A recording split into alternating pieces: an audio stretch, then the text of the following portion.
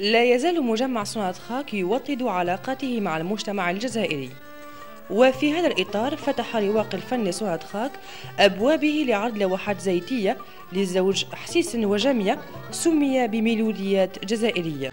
تفقد كل من السيد وزير الطاقة والمناجم شكيب خليل بمعية وزير البريد والاتصال والتكنولوجيات الحديثة بحضور الرئيس المدير العام سوناتراك السيد محمد مزيان عبر أكثر من 40 لوحة فنية تمكن الزوجين من سرد حياتهما والتعبير عن طفولتهما، حيث كانت هذه اللوحات بمثابة سرد أوتوبيوغرافي يضم مختلف مواقع العاصمة. Tout d'abord, je voulais dire que la politique du secteur dans le domaine de l'ouverture vers les arts. يجسد هذا المعرض نظرة القطاع التي تسعى إلى التفتح على مجالات الفنون، الثقافة والرياضة، حيث أنها تمثل إحدى ركائز سياسة الاستثمار الاجتماعي. قدم لنا هذا المعرض في طبيعته هذه زوج وزوجته متذوقان للفن، فالزوج ينسق ويجمع بين الرسم والموسيقى، والتي أنا متأكد أنه يتقنها بنفس الإضاءة التي يعبر عنها فن لوحاته. وما هذا إلا انعكاس لثقافتنا وجذورنا مما يسمح لنا بالارتباط بماضينا، وهذا من أجل رؤى واضحة لمستقبلنا.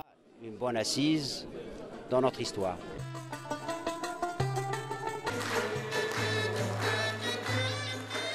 السهرة الرمضانية هذه امتدت بمقر المديرية العامة لسوناتراك، حيث قدمت جمعية المألوف القسنطيني عرضا موسيقيا خاصا ورائعا في آن واحد. الموسيقى الجزائرية متنوعة ذات طبوع عديدة، فكل ناحية لها طابعها الموسيقي الخاص، واليوم نستمتع بالطابع الشرقي أي المألوف. أتمنى أننا سنستمتع بالسهرة ونحن نفكر في سهرة أخرى أو موعد آخر مع الطابع الغربي والشيخ الغفور. حاولنا تنظيم سهرات أخرى خاصة بالطابع الشعبي والقبائلي.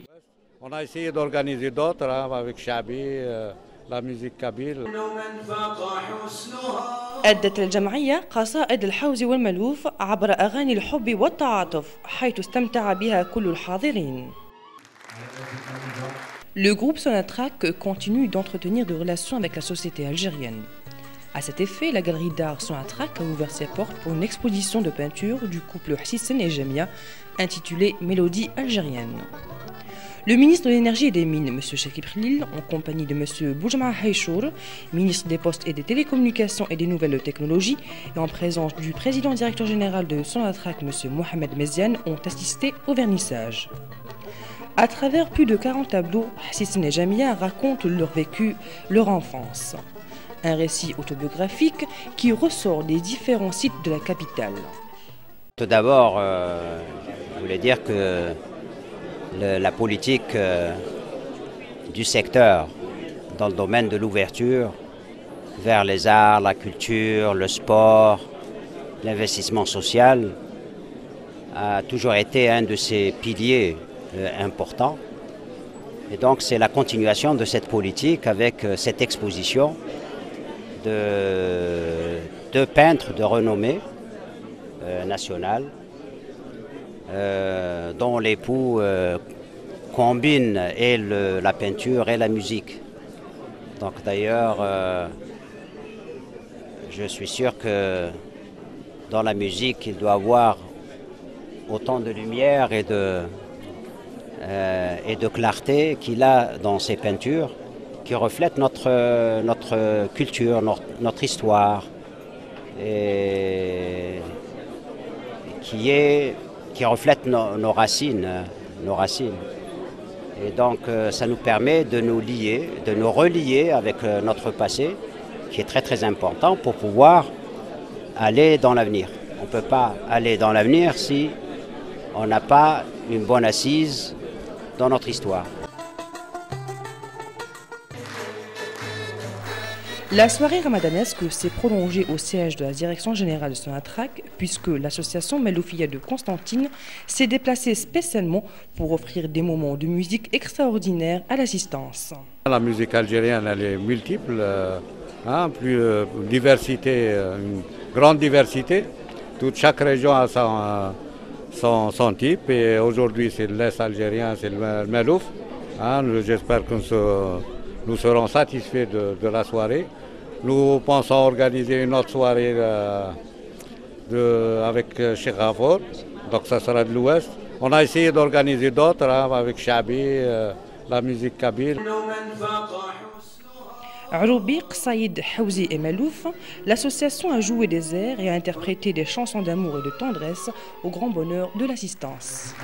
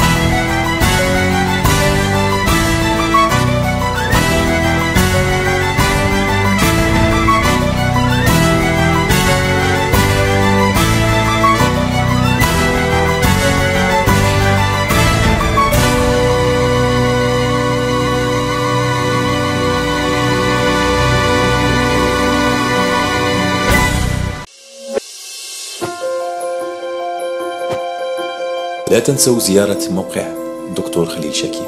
نتكلم عن الاقتصاد، عن الطاقة، وعن العلم.